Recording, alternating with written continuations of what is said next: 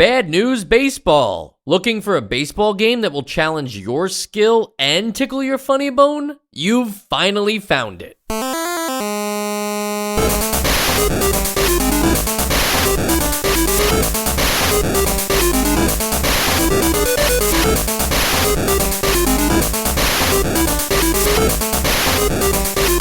And welcome to Nostalgia, a chronological exploration of every NES game released in North America. I'm Mike. And I'm Joe.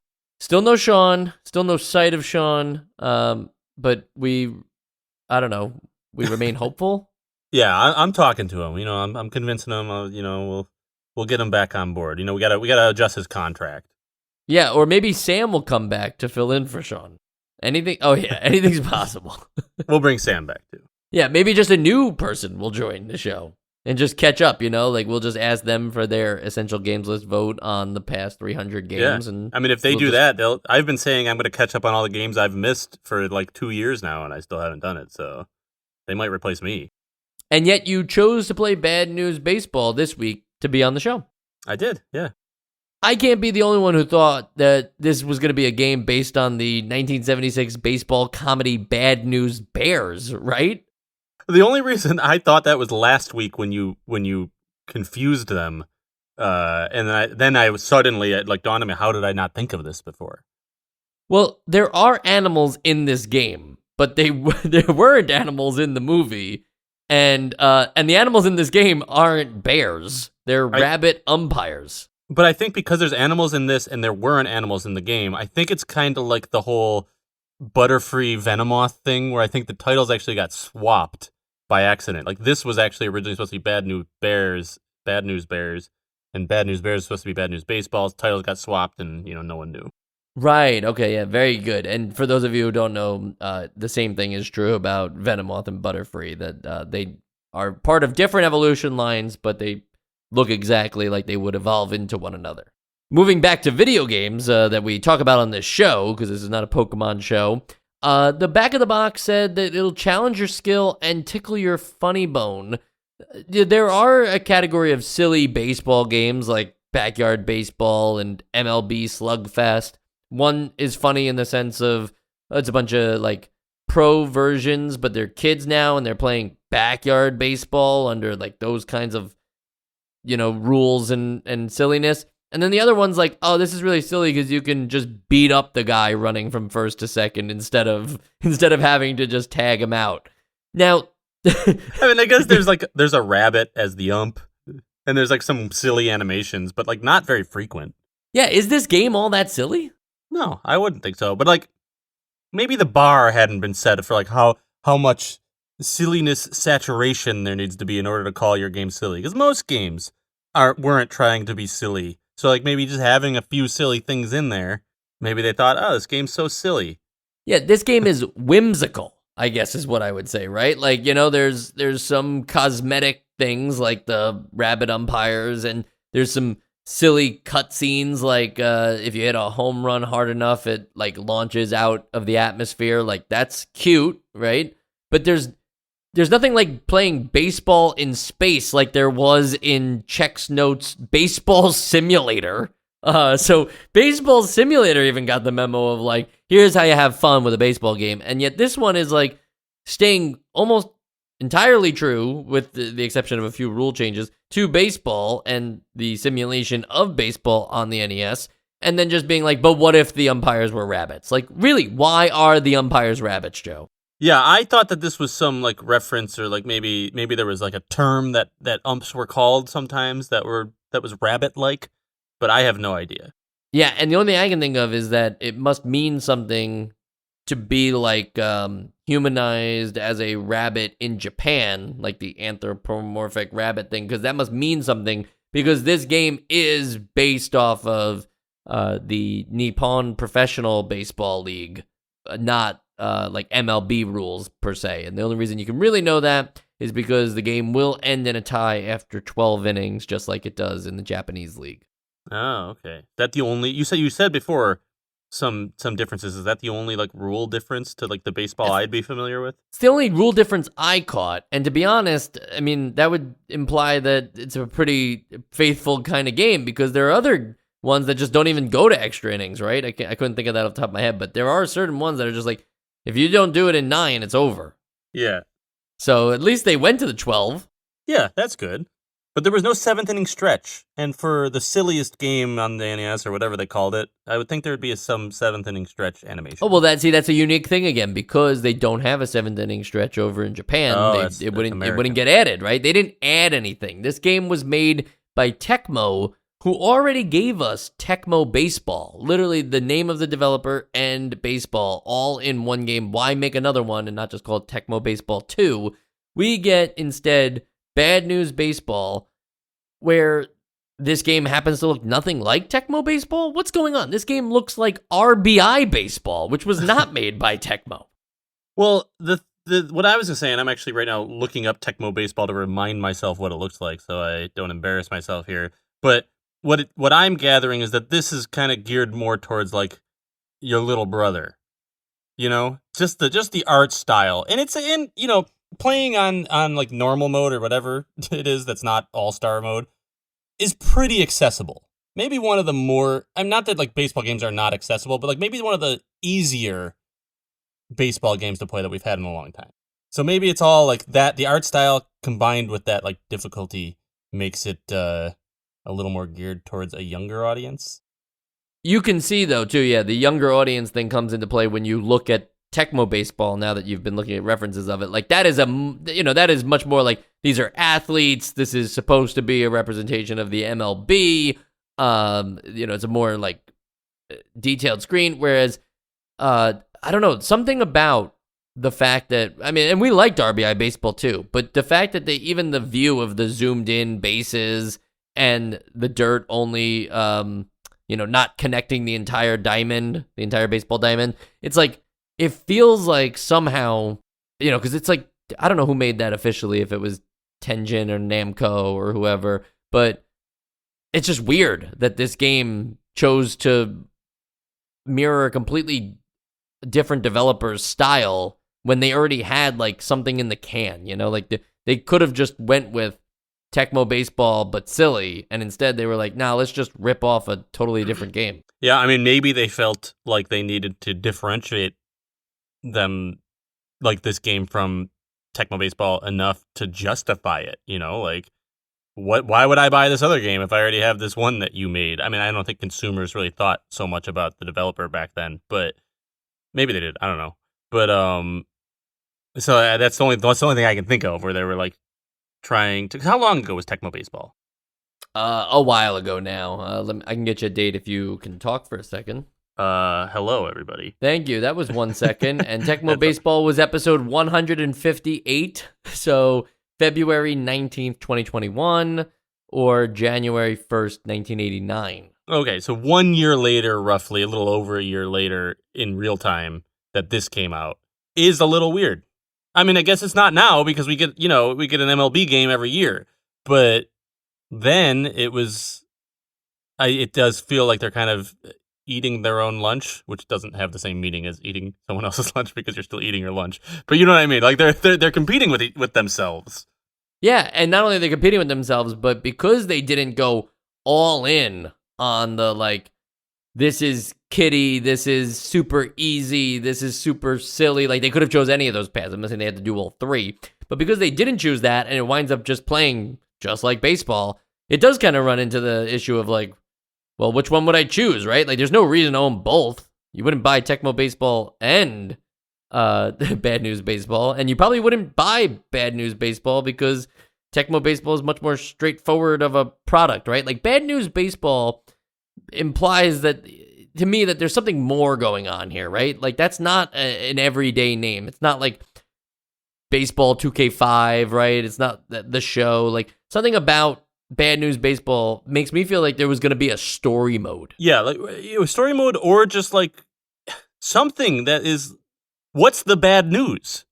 what is bad news in this game? That's what is confusing. The bad news is Tecmo's stock after making 2 baseball games and competing with each other.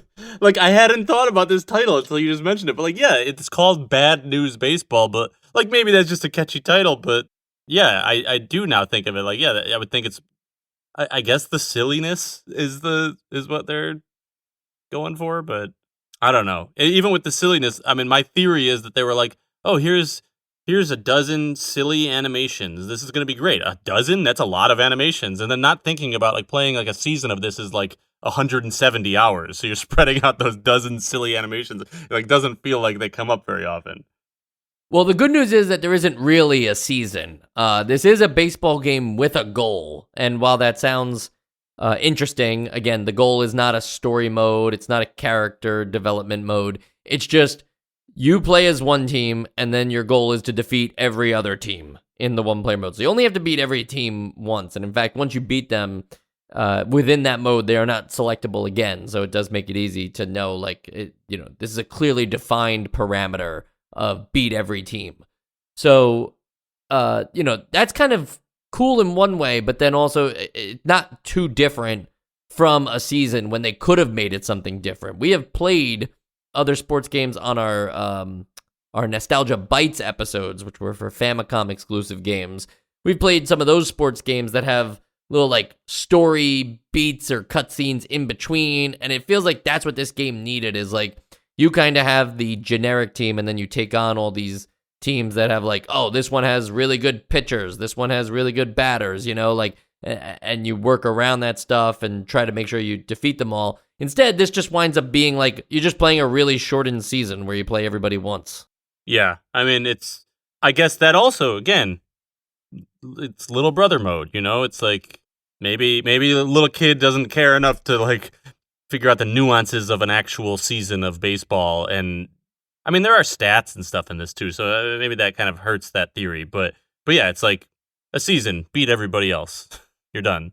Joe, they did take the time to put in stats for everybody, as you mentioned, and yet they don't give you the option to just go full season, right? Like, it's a little strange that even just things like surprising. So since there's not a set schedule game you can play anybody, you would think that your pitchers, can be played whenever. But they actually do have a stamina rating that if you use them too often, it will you have to play a few games for them to recover. But it's not something that's, like, communicated in the same way that a season, like, it feels like these are all exhibition matches, not the season, because there isn't an overall standings or a trade players or a stats page that evolves with the game. Like, it's just the stats that are built into the characters. I feel like the game wanted to, like, be two different things, right? It wanted to be like, oh, baseball, but with a clearly defined goal, but also baseball that's silly, and it didn't really do either.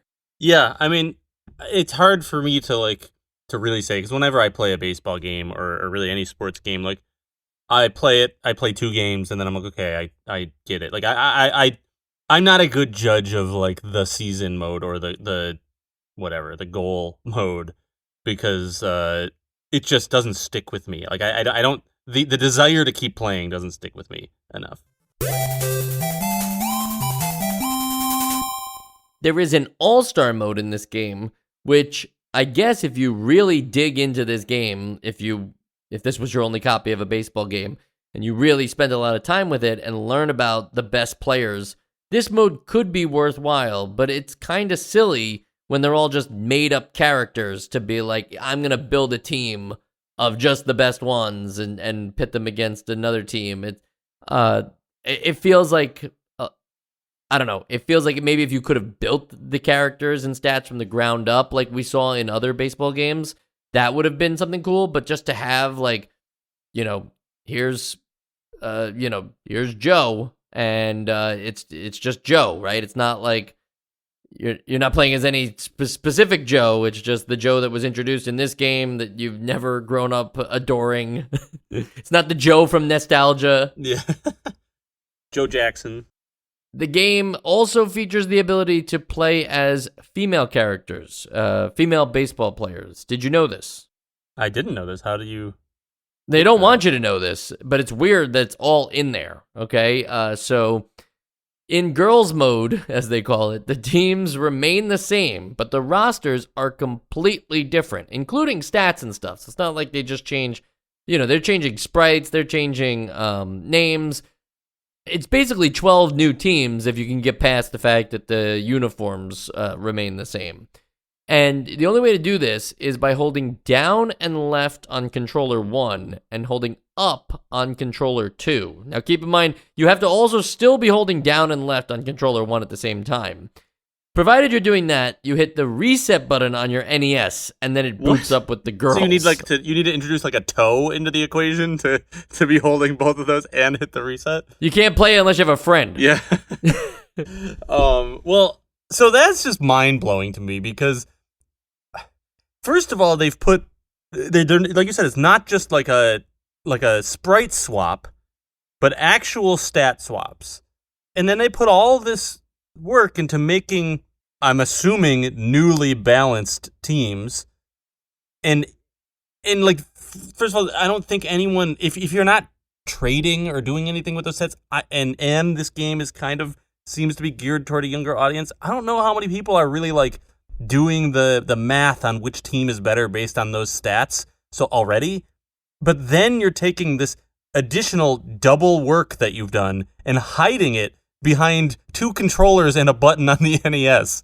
So it's just like almost like extra pointless work that they did because they hid it all and they focused on things that they didn't like then elevate in their, I don't know, marketing, or not even marketing, but in their like just in the game. Like it just doesn't seem like it encourages you to really to get any appreciation out of that. Right, and here comes the crazy thing, Joe. When I told you how it's performed, right, you would think, what, cheat code, right? Like a specific set of inputs? This is in the manual. This is like, hey, if you want to access the girls mode, just do this super complicated thing. And so it's not even like, this feels like the kind of thing that you would sell in a book of like 101 Nintendo Entertainment System secrets. Yeah, it's not. It's in the manual. They tell you how to do it. And even have like a little asterisk for, unfortunately, in this mode, the zoom up display shows only boy players. Sorry for letting you down. It's like they're apologizing for like rushing the game out the door. Like we could have put them in, but we just didn't have the time. This is just getting weirder and weirder with everything. But it makes you feel like they didn't need to do all those steps, and it could have just been a selectable like thing on the main menu, right? You could just select girls mode. Yeah. Oh yeah, completely. But also, like any other company would have just been one of those things where it's like it's weird that the sprites don't, the zoom up sprites don't change. That's annoying. But like they called it out and like this self-deprecating or self-ashamed way of like, we're sorry we let you down. We know we did wrong. My 4th grade teacher did the equivalent of the girls mode manual thing to us on a test once. And so the test was, you take the whole test, and if you just would have looked where you put your name in, above that it said, if you are reading all the instructions, like, do not fill out the test. And obviously, like, I missed that, I filled out the test, and I failed. That's a great test. It's the same thing here, where they're like, let's put the girls mode at the end of the manual just to make sure everybody read through the manual. So I was actually just looked up the developers of Tecmo, and one of them is Mike's 4th grade teacher, was one of the developers. They still go by that name, huh? Yeah. It's like MAI, 4th grade teacher, one word, last name.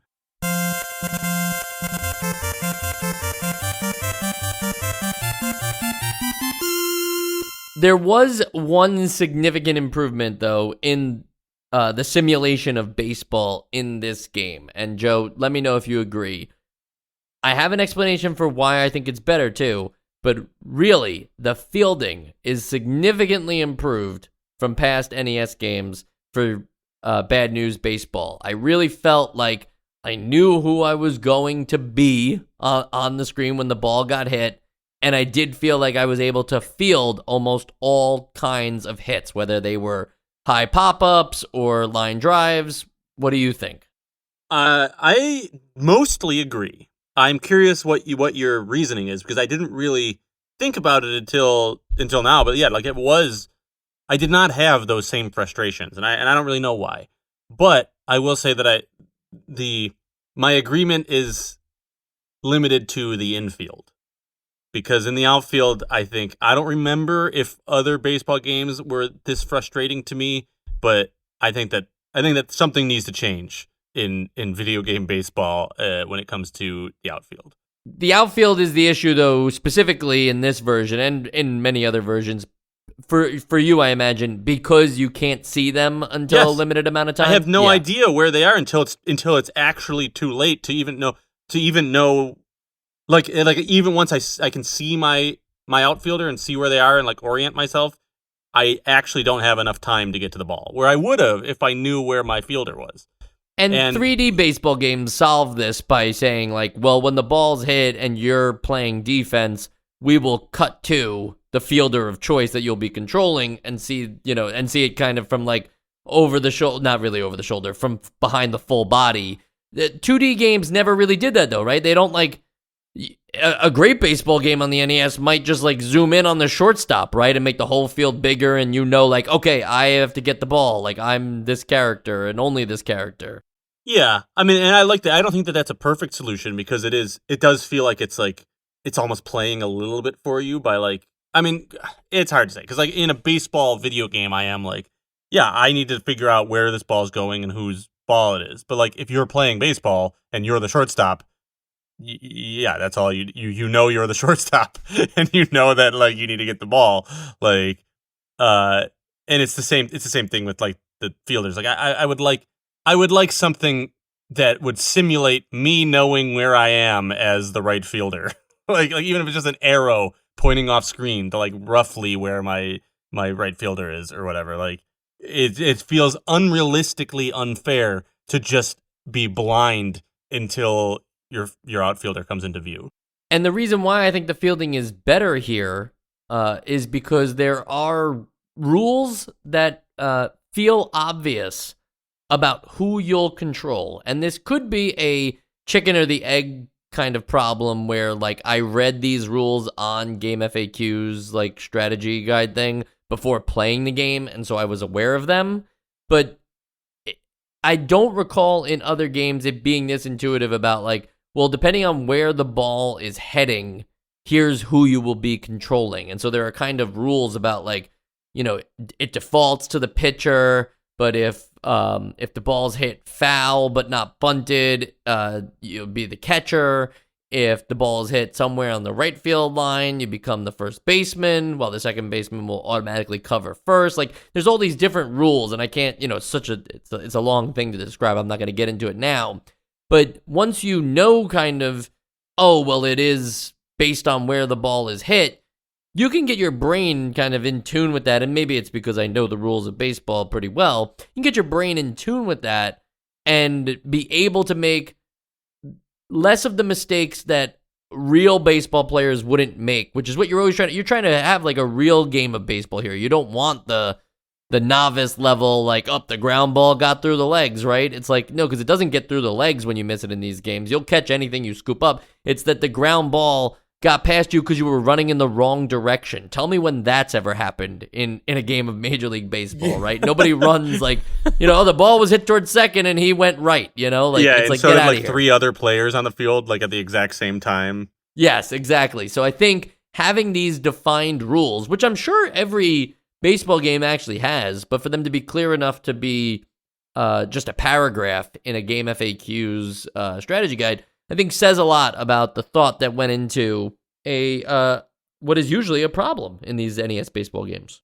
Yeah, and I think that going back to your chicken or the egg question, I think that I don't think it's because you read the FAQ first, because I didn't know anything about these rules until right now, and it did feel more intuitive to me. I mean, I think it's just because, like, yeah, I mean, maybe from knowing the rules of baseball, or maybe just from seeing where the ball's going, when the ball's hit, I just intuitively, I'm like, okay, well, yeah, I want to control my shortstop here because, or whatever, like whoever it is, like, of course, if the ball's hit like to third base, I'm not going to be trying to like control my first baseman, like, so there is like a level of intuition there that it seems like they factored in very well to the point where I don't even see it. It just works in the infield.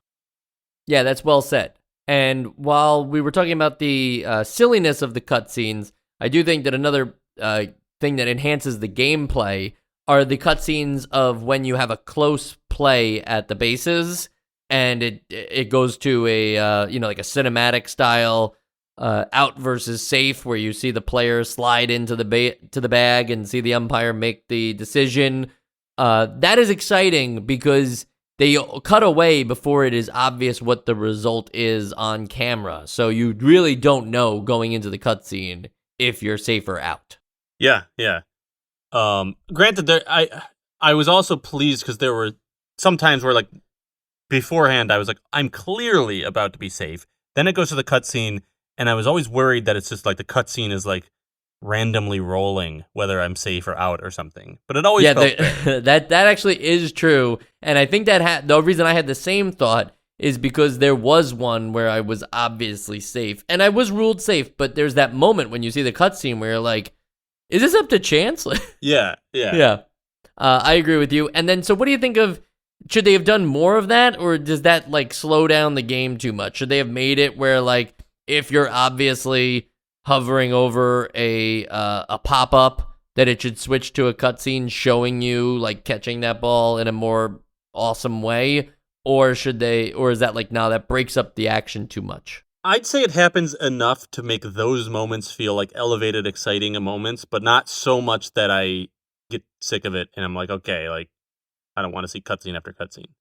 Not that they're long, but yeah, I think that like having them spread out more makes them more of a novelty. And I feel like any other problems I would have with, this version of baseball, because it's just so similar to the kind of RBI baseball and similar games we played, it's like, yeah, those are just they haven't been fixed, but they're not necessarily worse either.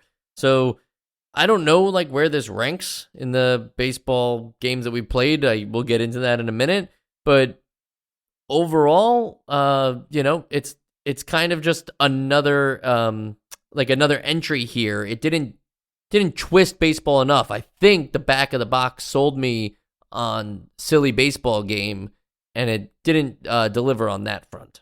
Yeah, I mean, if we are gonna get into where it ranks, like, I'll tell you right now, like, I don't know.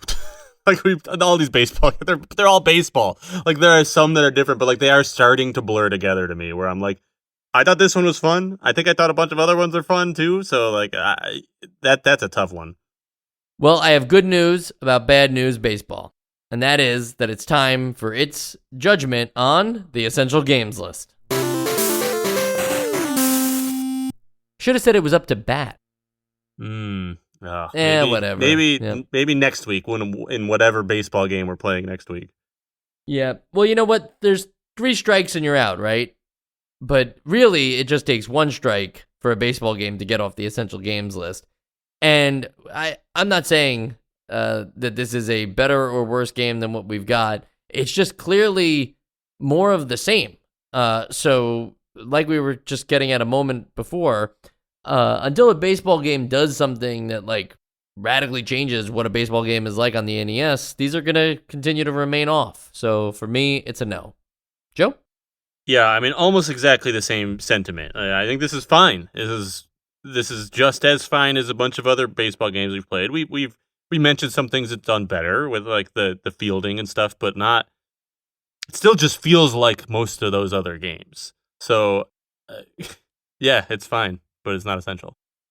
One thing we didn't talk about now that it's off the essential games list, and this is neither a pro or con against the game. Are you aware of the like little cheat to just always be safe? No. Against these, yeah. It's not always. It's like, it does require some skill on the player, but essentially, if you are safe, right? Like, let's say you're safe at second, right? Just head to. No, sorry, you're not safe at second. If you're on your way to second, just head to third, and you can advance the player behind you while just heading right back because they'll throw the ball to the empty bag. So you can just kind of always keep your players going in like a constant conga line, as long as you have one bag open. You know, like if you twitch, I didn't explain that perfectly, but basically, if you just twitch a player in a certain direction, the computers will automatically throw the ball in the direction you were heading. So you can obviously just immediately rescind it, but the ball still has to travel all the way to the other bag. So everybody else kind of gets the free advance. I'm trying to think.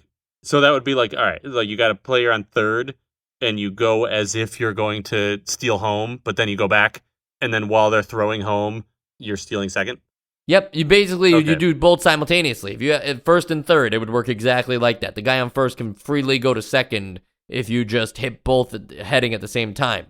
They're going to throw to home to stop the run, but you just return back to third, and the guy from first gets to second safely. I noticed a similar thing happen. Now, this only happened to me once, where I basically got into a pickle, but there was just no pickle. Like there was a pop-up or something, or I tried to I don't remember. I tried to take an extra base and run to second, whatever it was, and then I'm like almost at second base when I realize, when I remember how to turn back or figure out how to turn back. I turn back, and from basically a foot away from second base, I run all the way back to first base, and the second baseman just holds the ball, does not throw it back to first base. They do not put me in a pickle. And guys never heard of monkey in the middle. Yeah, I don't know why. I was just like, why was that free? But it was, and I wonder if it always would happen that way. Next week, we'll be playing a game called Boulder Dash, but I don't know. That sounds like nonsense to me. I think that is the 4th or the 8th level of Crash Bandicoot 1. Great. Joe, there was something I wanted to talk to you about, so we'll do that in the post-show.